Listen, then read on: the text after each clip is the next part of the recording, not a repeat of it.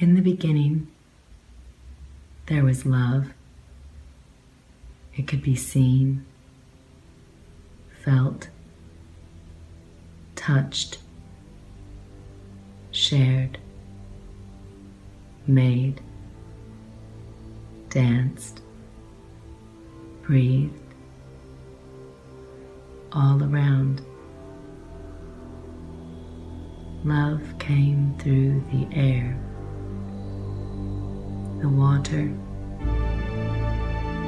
the mineral, the light, the stars, the animals, and wove itself into plants.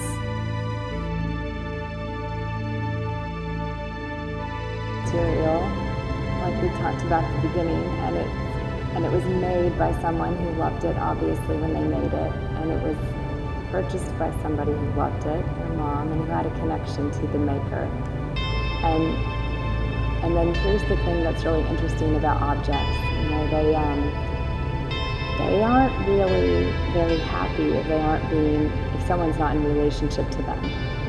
And we don't always notice that because we don't think that objects are alive too. They're an energy or a frequency, especially if they're made with alive materials. So we have a tendency to think, oh, that's separate from me. You know, this barrier that we have around this notion that we're separate from things. And so, you know, sometimes they kind of jump off the shelves by themselves so that they'll get your attention, because now your hands are in it and you're part of the relationship to it. And you weren't in relationship to it before then. You were kind of reluctantly living with it and kind of resisting it, right? And now you not only have your hands in it too, but you're deeply enmeshed in the relationship with this piece. And so the really fascinating thing is that we don't interact with form so that we can teach form something. We interact with form so that form can teach us something. Which is interesting because we look at it and we think, oh, that inanimate object that is not real. And if that's what you think, then yes, that's what you get back out of it. But if you interact with it in such a way that there's consciousness behind your interaction, and you're in relationship to it, it will begin to teach you everything you need to know. And so the thing that I thought would be interesting anyway to talk about tonight is mirroring and holding space. Because the real salient difference between what it is to make sanctuary or to create temples or to do the kind of work we've been talking about for the last many weeks and just making something that's attractive is that consciousness, that part of being in active relationship to something. And the outcome feels very different, which is why everyone can feel that piece. Like, you weren't intending to share it, but everyone could feel it back there speaking to us. It wasn't going to be quiet. It wanted its story told, right? So that's kind of what happens with form, is it does what it wants to do to get its needs met. And if it's not, then it's not very happy. It begins to die, basically. And so that's what happens. That's what we sense when we've been talking about these buildings. And the difference between the ones that, you know, feel good to be in and the ones that feel less good to be in is you can sense whether or not someone's been in active, sort of conscious or sort of loving relationship to them or not. It's something palpable, just like the way we feel when we're in a room with someone who's feeling extremely needy versus someone who's feeling, you know, it's very nice to be around because they're already full. There's a different experience, yes? Amen. Because you can't give something you don't have. Why could your environment give something they don't have? But you're learning from it. So there's a really interesting element that I thought it would be interesting to talk about, especially as we're really kind of moving into talking about the specifics of how we want to interact with the space and the form around us, is this idea of mirroring, because I think a lot of us have had a lot that start to come up through this work, like even just being around each other, there's a lot flowing through, right? A lot of cracks show up and a lot of emotion comes out and a lot of things change and happen very fast. And so if you think you're the only one that's happening to and you're not sort of in conversation with others about that, it can be a kind of a scary experience. And so the best way to sort of handle that sort of thing is to have someone help hold space for you, which is really the whole key to being able to sort of understand form and learn from form and be in relationship to it anyway. The real aspect of what it is that I'm bringing to an environment when I'm sort of determining how to sort of respond to it, that consciousness and that love, all that is listening. I call it listening. So I'm listening to the building, or I'm listening to the people that are active in the building, and I'm sort of listening to both the sort of spoken and unspoken languages that are happening, and trying to find that common ground in between, to find where's the beauty that they can't see about themselves. Because sort of like the piece I was reading to you earlier, the brokenness is illusion. The reality is wholeness. The brokenness is illusion in the mind. There is no brokenness. Here's the interesting thing. We can't know our wholeness by ourselves, which is an interesting kind of thing because no one really tells us that. It's not explained.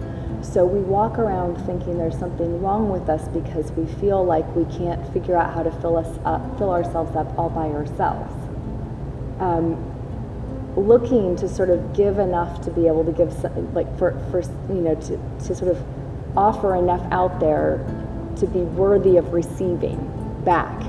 Not understanding that the reversal of the relationship is really where the magic is. That if you understood you were completely whole and completely perfect and there was nothing wrong with you, you would be so full, there would be so much of you spilling out all over the place that your connection to other would just be magically seamless. There would never be any lack at all. You would be drawing from some other source that was so infinite. You would never ever realize, you'd never feel hungry because you'd be so full, you'd be able to connect so easily with other, because if you're a human, you need connection to other. You're not really able to completely sustain yourself without being connected to other. That's the whole idea. But if you go into that connection or that desire for connection thinking there's something wrong with you or something missing from you, you go into it with a whole different kind of energy than if you think you already have everything to begin with. So it's this weird kind of reversal. It's like very hard to sort of figure out, well, how do I show up feeling full when I don't feel full? So that's what really the relationship with form is about. What happens is when we start to interact with form, and it really doesn't matter what the form is.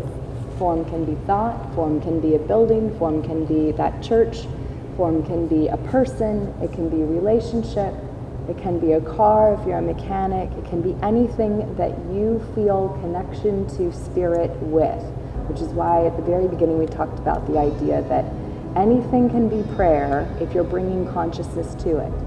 So we want to know in what ways you feel fed. Whatever leads your heart, whatever draws you, that's your way of praying. That's your connection to the divine. That's the thing that lights you up and makes you know that you are both divine and human at the same time. Wherever that thing is, whatever that form is, that's your access point to divinity. There is no one point or one access point to divinity. Thank God. So the reason why we are interconnected is because we are able to share with one another all these different access points to divinity, all these different ways to pray. When we interact with form, and form reminds us that we're not broken, and the reason how it does that is because everybody else in the room looks at your church and says, it's so much better now than any way it could have possibly been before it broke. Your story is proof of that. The only person who will have a hard time seeing that in this room is you. However, the only way you can begin to heal the illusion of brokenness that you have in your mind that is not actually real is by revealing that you have that story in your mind and letting people know about your church so that we can all mirror back to you the fact that it's completely whole. And it's a safe distance away from your soul, that church, so you can receive that lesson in a way that doesn't feel quite so scary as if someone's talking about your actual soul. But let's call a spade for a moment, because that way we can understand what we're really doing here. And so in that way we can look at the buildings, or we can look at whatever's around us, and we can say, well, what's broken but that's really beautiful anyway? And what's in the way of us being able to appreciate the brokenness that's not really broken, that actually is part of the story, that makes it interesting, that makes it real, that makes it feel relatable, that makes me feel like I'm whole when I look at it. Because also the truth is, we don't feel comfortable in anything that's perfect because we are not meant to be whole through perfection. Does that make sense? Perfection is also an illusion, just like brokenness is an illusion. Our wholeness is not through perfection. Our wholeness is through our ephemeral nature. That in-between place where we are both eternal and dying at the same moment. Eternal and ephemeral at the same time.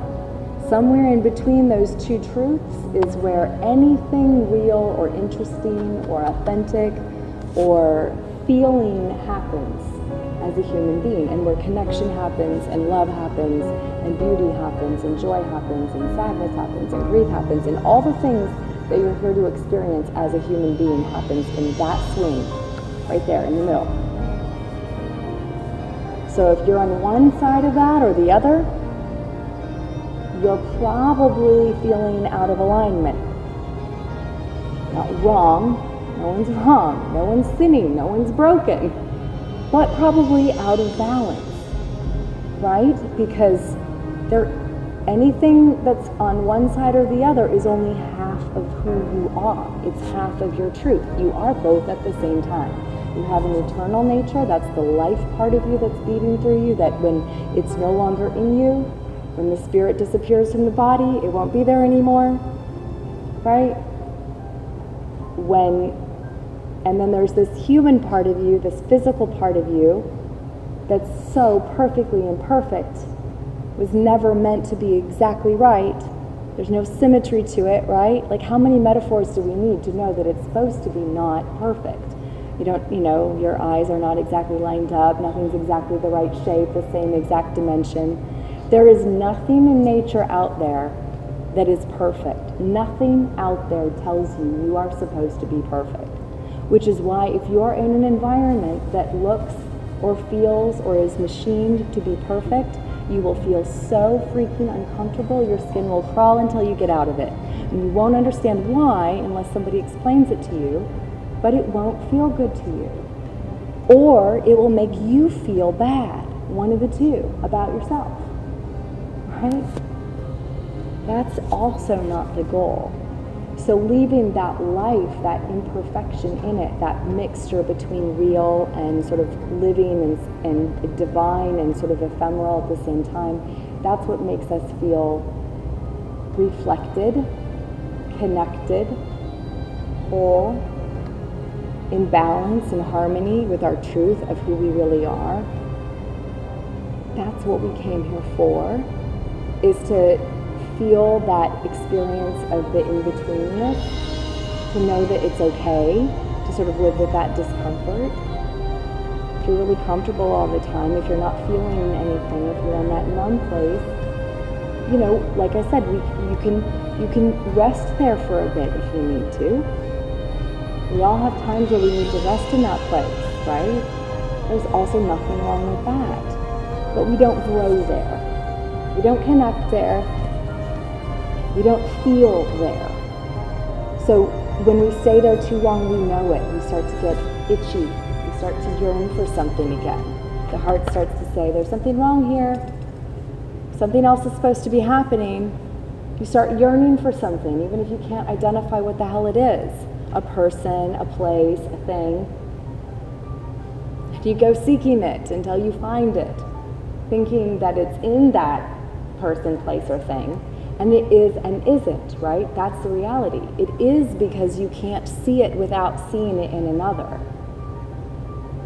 The dangerous part is thinking that it only exists in that form.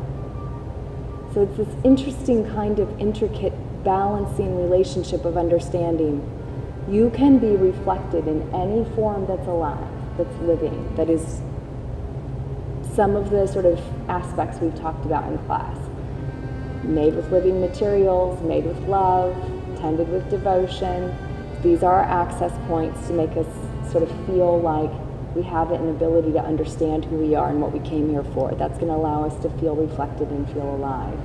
Slowly enough that we can get closer and closer to the human connection access point that allows us to get closer and closer to going back in here and remembering who we are and what we are and that there's nothing broken about us. That's kind of the whole point of the journey. That's unity. That's union. Divine union is this notion of kind of feeling balanced in that place, you know, sort of having all aspects of yourself somehow, somewhat in balance. That's that journey that we're on, that we're seeking. Is it over there? Is it over there? It is, because it's being reflected to you over there and over there and over there. And then once you get over there, you're going to see that it's poof, it's over there, right? And so you keep going because the point is learning on the journey, and so it can keep being reflected to you and reflected to you and reflected to you in a million ways.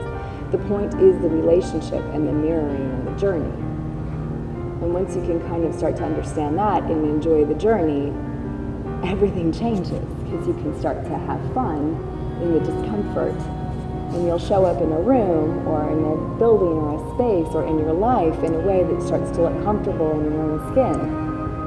And you'll have very different interactions with human beings and life that allows you to have a very different experience of what it's like to be human.